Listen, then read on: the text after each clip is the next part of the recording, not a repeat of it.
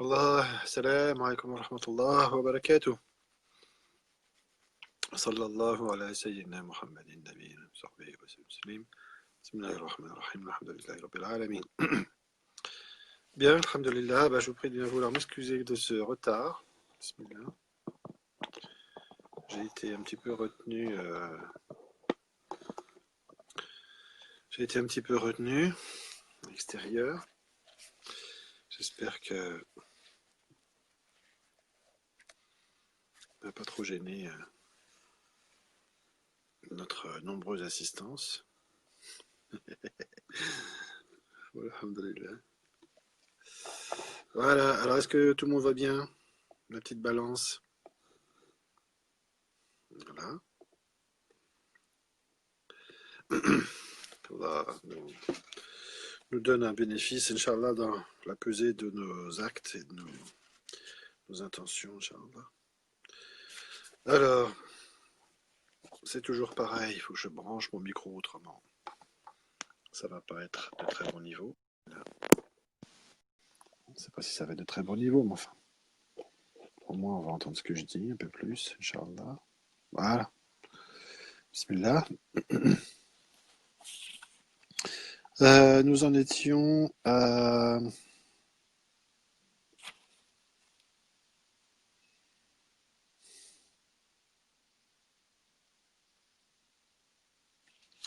Voilà, les supports. Ceux qui... oui, la valeur de l'exotérisme en tant que loi et que support. D'un côté, ceux qui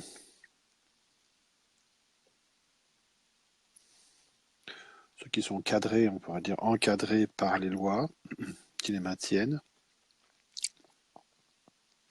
et ceux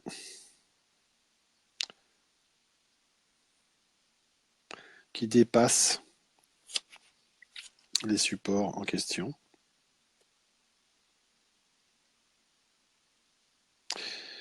Les supports qui, sans être jamais d'une stricte nécessité, puisque contingents, peuvent cependant les aider grandement à avancer dans la voie intérieure. Et sans lesquels les difficultés seraient, dans certains cas, seraient telles, dans certains cas, qu'elles équivaudraient en fait à une véritable impossibilité. Donc on a lu ça. On doit remarquer à cet égard que pour le plus grand nombre des hommes qui s'en tiennent inévitablement à la loi extérieure, le plus grand nombre, celle-ci prend un caractère qui est moins celui d'une limite que celui d'un guide. C'est toujours un lien, mais un lien qui les empêche de s'égarer ou de se perdre. Sans cette loi qui les assujettit à parcourir une route déterminée, non seulement ils n'atteindraient pas davantage le centre, mais ils risqueraient de s'en éloigner indéfiniment, tandis que le mouvement circulaire les en maintient tout au moins à une distance constante. Avec la note, par là, ceux qui ne peuvent contempler directement la lumière en reçoivent du moins un reflet et une participation. Imaginez les différents modes de participation au principe. En effet, de la relation. En effet, la circonstance ne saurait exister sans le centre, dont elle procède en réalité tout entière, et si les êtres qui sont liés à la circonférence ne voient point le centre ni même les rayons, chacun d'eux ne s'en trouve pas moins inévitablement à l'extrémité d'un rayon dont l'autre extrémité est le centre même. Seulement, c'est ici que les corps s'interposent et cachent tout ce qui se trouve à l'intérieur, tandis que celui qui l'aura percé, prenant par là même conscience du rayon correspondant à sa propre position sur la circonférence, sera affranchi de la rotation indéfinie de celle-ci et n'aura qu'à suivre ce rayon pour aller vers le centre. Ce rayon est la tariqa,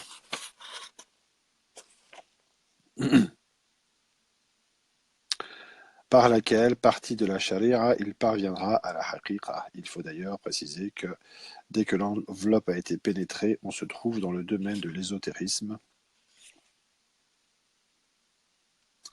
Cette pénétration étant dans la situation de l'être par rapport à l'enveloppe elle-même une sorte de retournement, en quoi consiste le passage de l'extérieur à l'intérieur.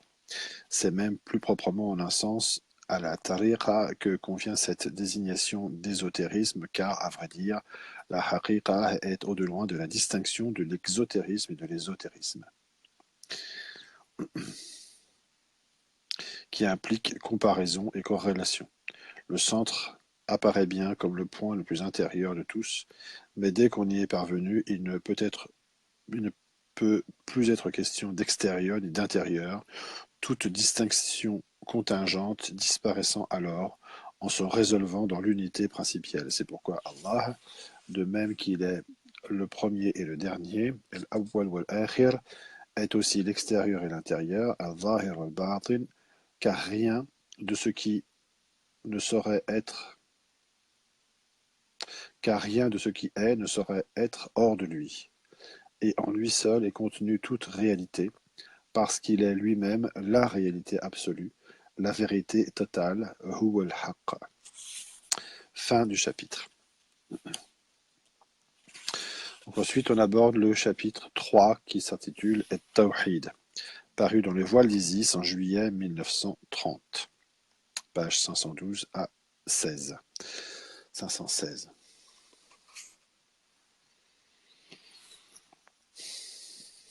La doctrine de l'unité, c'est-à-dire l'affirmation que le principe de toute existence est essentiellement un, est un point fondamental connu, commun à toutes les traditions orthodoxes. La doctrine de l'unité, U majuscule, c'est-à-dire l'affirmation que le principe de toute existence est essentiellement un, est un point fondamental commun à toutes les traditions orthodoxes. Un point fondamental commun à toutes les traditions orthodoxes. Et nous pouvons dire même que c'est sur ce point que leur identité de fond apparaît le plus nettement, se traduisant jusque dans l'expression même.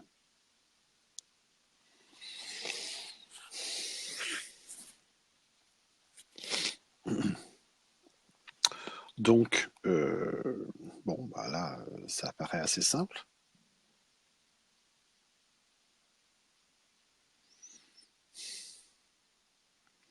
Et ça apparaît, on pourrait dire, aussi simple qu'orthodoxe, que régulier, sur le plan doctrinal, et incontournable. Marhaban à nos fidèles. Comment ça s'appelle? El-Haq Tahiyya, salam alaikum, et alaikum salam, sensoriel, footage qu'on n'avait pas vu depuis quelques temps. Marhaban. Donc, voilà. La doctrine de l'unité, c'est-à-dire l'affirmation que le principe de toute existence est essentiellement un, est un point fondamental commun à toutes les traditions orthodoxes. Et nous pouvons même dire que c'est sur ce point que leur identité de fond apparaît le plus nettement, se traduisant jusque dans l'expression même. Voilà, donc je ne vois pas quel est le problème à dire que toutes les formes d'expression de la vérité régulières, toutes les formes régulières affirment que l'unité est unique. Pour dire les choses comme elles sont, le principe de toute existence est essentiellement un. Quelle que soit la manière de l'appeler, quelle que soit l'expression plus ou moins différente, à partir du moment où ce principe est reconnu,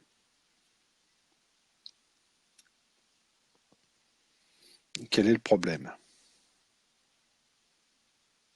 Que ce soit des formes différentes qui l'affirment. Il faudrait peut-être que tous ces gens un petit peu extérieurs, qui n'ont pas compris le fond des choses, s'arrêtent un petit peu de blablater, de, de, de, de soulever des points qui n'existent pas et s'attachent à ce qui est important, c'est-à-dire ce qu'on vient de dire. Ça éviterait bien des discours, bien des doutes chez certains. Quand René Guénon, Cheikh Abdelwahad, dit une telle chose, il n'y a rien à dire. Il n'y a rien à critiquer là-dedans. Et certainement pas à évoquer une hétérodoxie ou quoi que ce soit. Qu'est-ce que c'est que ces histoires? D'où que viennent ces affirmations? En effet, lorsqu'il s'agit de l'unité, toute diversité s'efface. Et ce n'est que lorsqu'on descend vers la multiplicité que les différences de forme apparaissent, les modes d'expression étant alors multiples eux-mêmes, comme ce à quoi ils se rapportent, et susceptibles de varier indéfiniment pour s'adapter aux circonstances de temps et de lieu, au pluriel. Bon, voilà, donc cette question-là a été dite et redite de différentes manières, par différentes personnes, à différents moments, en islam, voilà, maintes et maintes fois. Le principe prend des formes secondaires différenciées qui se teintent différemment et qui s'expriment différemment en fonction des domaines qui sont considérés. C'est quand même pas très compliqué à comprendre et c'est des choses qui ont été rabâchées et rabâchées. Donc pourquoi est-ce qu'elles sont encore remises en cause ou toujours remises en cause et pourquoi est-ce qu'on aurait à prendre en compte ces pollutions diverses qui existent et qui sont relayées par différentes personnes euh, plus ou moins bien intentionnées,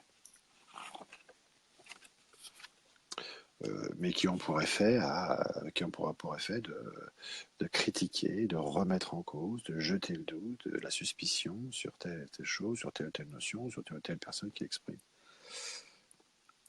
Bon. Mais la doctrine de l'unité est unique, entre guillemets. La doctrine de l'unité est unique, entre guillemets. Tout ça. Entre parenthèses, suivant la formule arabe, at-tawhid wahidun. Fin de la parenthèse. La doctrine de l'unité est unique. At-tawhid wahid. C'est-à-dire qu'elle est partout et toujours la même. Invariable comme le principe avec un P majuscule, indépendante de la multiplicité, indépendante de la multiplicité et du changement qui ne peuvent affecter que les applications d'ordre contingent. Aussi pouvons-nous dire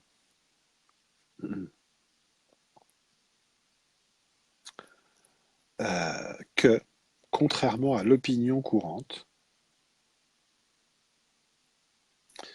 il n'y a jamais eu nulle part aucune doctrine réellement polythéiste. Alors ça, là, ça coupe l'herbe sous le pied à tout un tas de gens qui font des dissertations, qui dissertent, qui font qui s'expriment sur ces questions-là, les polythéismes.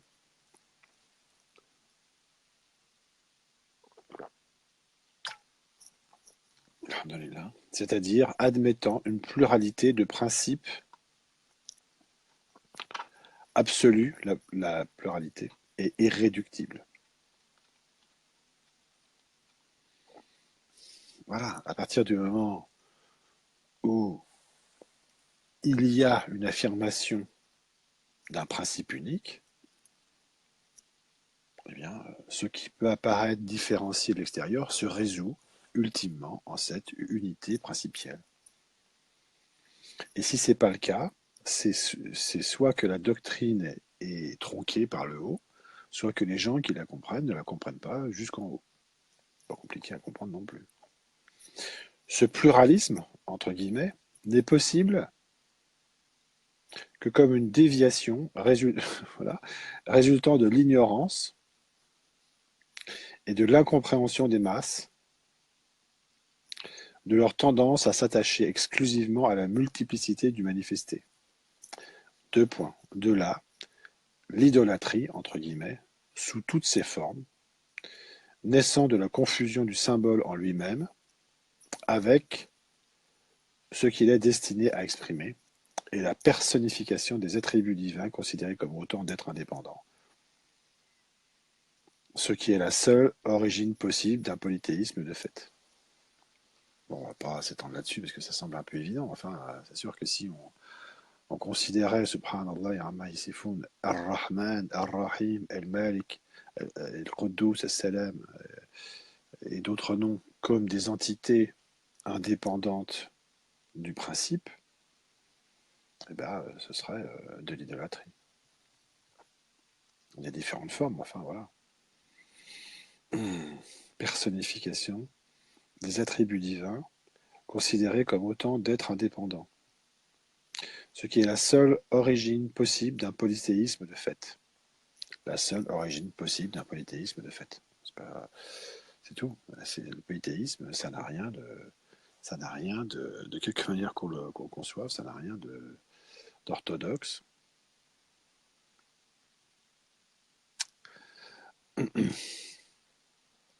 Cette tendance va d'ailleurs en s'accentuant. Ce que je veux dire, c'est que ça n'a rien d'orthodoxe, voilà, mais surtout, ça ne peut pas cacher la réalité des choses, ça ne doit pas. Et on ne doit pas passer son temps à étudier ça comme un objet, intellectuel, etc., quoi. Bon, ça, il suffit de comprendre de ce que c'est, ou de ce que ce n'est pas, et puis on s'intéresse à ce qui est essentiel, ce qui est important. Cette tendance va d'ailleurs en s'accentuant à mesure qu'on avance dans le développement d'un cycle de manifestation, parce que ce développement lui-même est une descente dans la multiplicité, est une descente dans la multiplicité. Donc plus on descend dans la multiplicité, dans la différenciation, moins enfin plus il y a de chances qu'on perçoive difficilement l'unité principielle qui les relie normalement. Ces manifestations. Cette tendance va d'ailleurs en s'accentuant à mesure qu'on avance dans le développement d'un cycle de manifestation, parce que ce développement lui-même, c'est sa nature. Le développement, il ne va pas de bas en haut, il va de haut en bas. Est une descente dans la multiplicité, et en raison de l'obscuration spirituelle qui l'accompagne inévitablement. C'est pourquoi les formes traditionnelles les plus récentes sont celles qui doivent énoncer, de la façon la plus apparente à l'extérieur, l'affirmation de l'unité. Et en fait, cette affirmation n'est exprimée nulle part aussi explicitement et avec autant d'insistance que dans l'islamisme, où elle semble même, si l'on peut dire, absorber en elle toute affirmation. C'est la fonction cyclique ultime, d'ailleurs. La seule différence entre les doctrines traditionnelles à cet égard est celle que nous venons d'indiquer. Deux points. L'affirmation de l'unité est partout.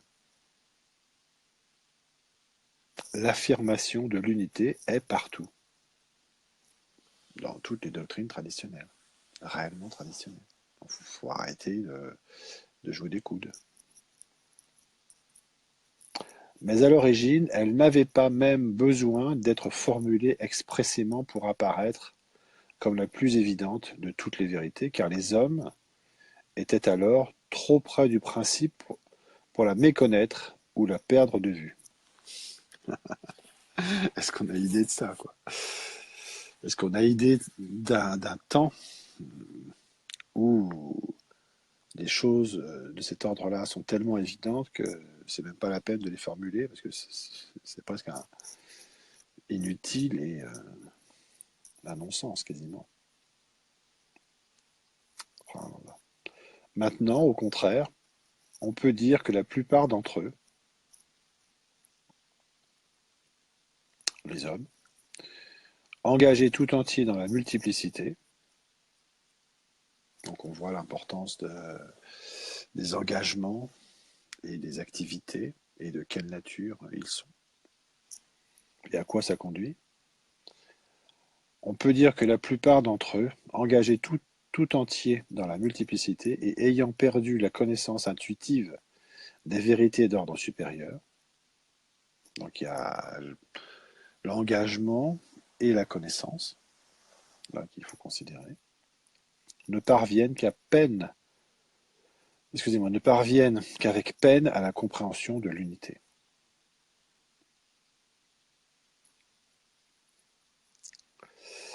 Maintenant, au contraire, on peut dire que la plupart d'entre eux, engagés tout entiers dans la multiplicité et ayant perdu la connaissance intuitive des vérités d'ordre supérieur, ne parviennent qu'avec peine à la compréhension de l'unité, avec un U majuscule. Et c'est pourquoi il devient peu à peu nécessaire, au cours de l'histoire de l'humanité terrestre, de formuler cette affirmation de l'unité à maintes reprises et de plus en plus nettement. Nous pourrions dire de plus en plus énergiquement.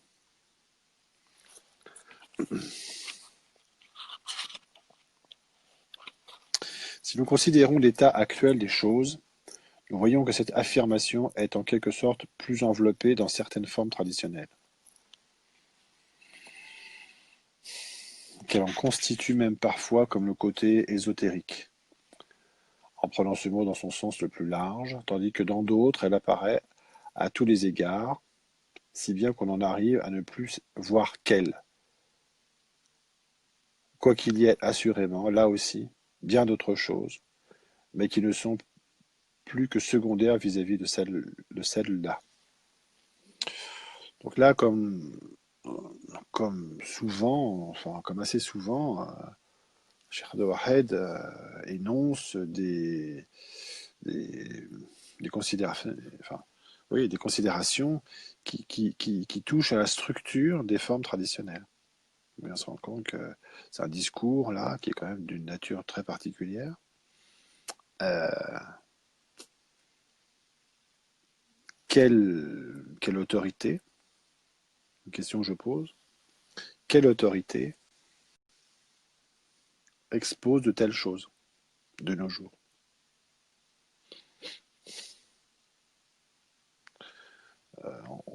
Voilà, c'est un propos, un discours, une manière de faire qui sont. Il faut bien se rendre compte de la rareté, de l'élévation et du caractère très spécifique.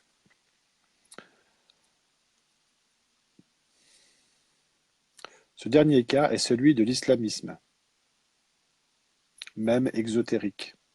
L'ésotérisme ne fait ici qu'expliquer et développer tout ce qui est contenu dans cette affirmation et toutes les conséquences qui en dérivent. Et, s'il le fait en termes souvent identiques à ceux que nous rencontrons dans d'autres traditions telles que le Vedanta et le taoïsme, il n'y a pas lieu de s'en étonner. Il n'y a pas lieu de s'en étonner, ni de voir là l'effet d'emprunt qui sont historiquement contestables. Et il en est ainsi simplement parce que la vérité est une, c'est tout, il n'y a pas à en sortir, et parce que dans cet ordre principiel, comme nous le disions au début, l'unité se traduit nécessairement jusque dans l'expression elle-même.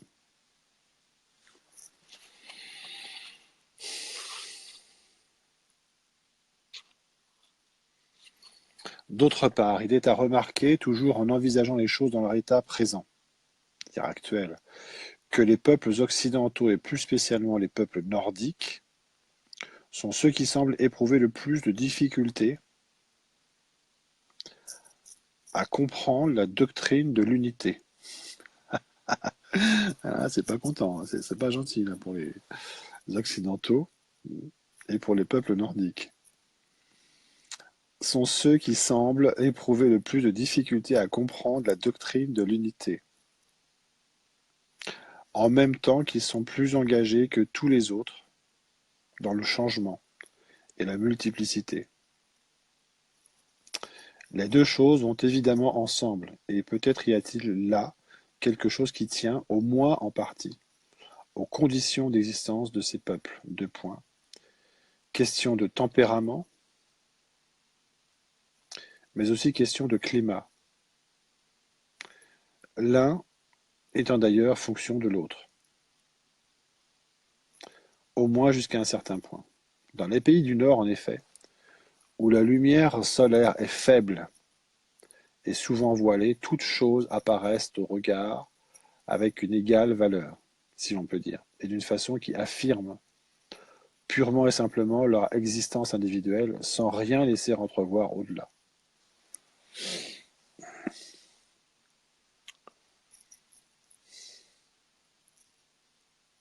Ainsi, dans l'expérience ordinaire elle-même, on ne voit véritablement que la multiplicité.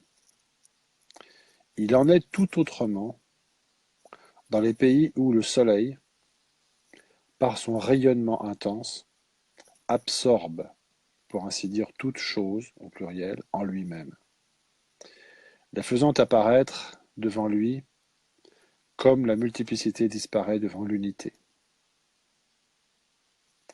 Non qu'elle cesse d'exister selon son mode propre, mais parce que cette existence n'est rigoureusement rien au regard du principe.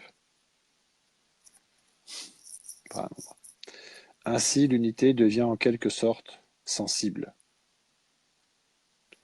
Ce flamboiement solaire,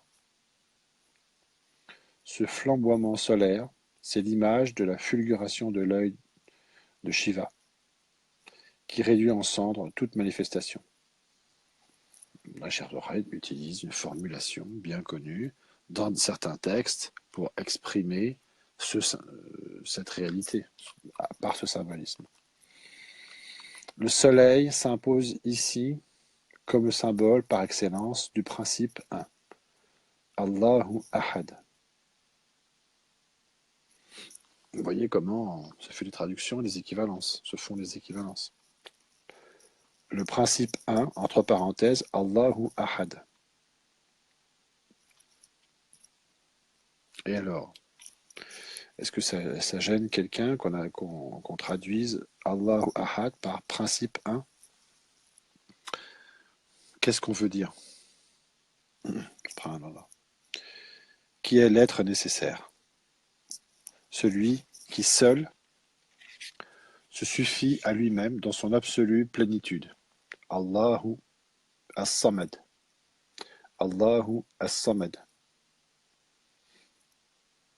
Ou alors, qu'on nous donne d'autres traductions de Allahu As-Samad. Là, Sheikh Abdel-Wahed, il dit celui qui seul se suffit à lui-même dans son absolue plénitude. Allahu As-Samad, As-Samad. Et de qui dépendent entièrement l'existence et la subsistance de toute chose, qui hors de lui ne serait que néant. Le monothéisme, entre guillemets, si l'on peut employer ce mot pour traduire at-tawhid, bien qu'il en restreigne quelque peu la signification en faisant penser presque inévitablement à un point de vue exclusivement religieux, le monothéisme, disons-nous, a donc un caractère essentiellement solaire, tel qu'on vient de l'apercevoir. Il n'est nulle part plus sensible, entre guillemets, que dans le désert, où la diversité des choses est réduite à son minimum et où, en même temps, les mirages font apparaître tout ce qu'a d'illusoire le monde manifesté. Il n'est nulle part plus sensible que dans le désert, où la diversité des choses est réduite à son minimum, et où, en même temps, les mirages font apparaître tout ce qu'a d'illusoire le monde manifesté. Là, le rayonnement solaire produit les choses et les réduit tour à tour, ou plutôt, car il est inexact de dire qu'il les détruit, il les transforme ou les résorbe après les avoir manifestés. Le rayonnement solaire produit les choses et les détruit tour à tour, ou plutôt, car il est inexact de dire qu'il les détruit, il les transforme et les résorbe après les avoir manifestés. On ne pourrait trouver une image plus vraie que l'unité se déployant extérieurement dans la multiplicité, sans cesser d'être elle-même et sans en être affectée, puis ramenant à elle, toujours selon les apparences, cette multiplicité qui, en réalité, n'en est jamais sortie. Car il ne saurait rien y avoir en dehors du principe, auquel on ne peut rien ajouter, et duquel on ne peut rien retrancher, parce qu'il est l'indivisible totalité de l'existence unique. Parce qu'il est l'indivisible totalité de l'existence unique. Dans la lumière intense des pays d'Orient, il suffit de voir pour comprendre ces choses. Il suffit de voir pour comprendre ces choses, pour en saisir immédiatement la vérité profonde. Et surtout, il semble impossible de ne pas les comprendre ainsi dans le désert, où le soleil trace les noms divins en lettres de feu dans le ciel. Point final. Jebel Seydina Moussa, 25 Shawwal 1348 de l'Hégire. Misr Seydina al-Hussein, 10 Muharram 1349 de l'Hégire. Entre parenthèses, anniversaire de la bataille de Karbala. Alhamdulillahi Rabbil Alamin. Allahu A'lam. J'ai tenu, même si c'était un petit peu tard, à lire en une seule fois le chapitre sur le Tawhid. Voilà pourquoi on finit un petit peu tardivement ce soir après un départ aussi décalé. Veuillez encore m'en excuser s'il vous plaît. Je vous souhaite à tous et à toutes une bonne nuit de Leila Jumu'ah. Et je vous dis à la prochaine occasion, Inch'Allah. Allah, wa sallallahu ala sayyidina Muhammadin ibn Abdillah sallallahu alayhi wa sallam wa alayhi wa sallam. Walhamdulillahi rabbil alamin, wallahu a'lam. Assalamu alaikum wa rahmatullahi wa barakatuh.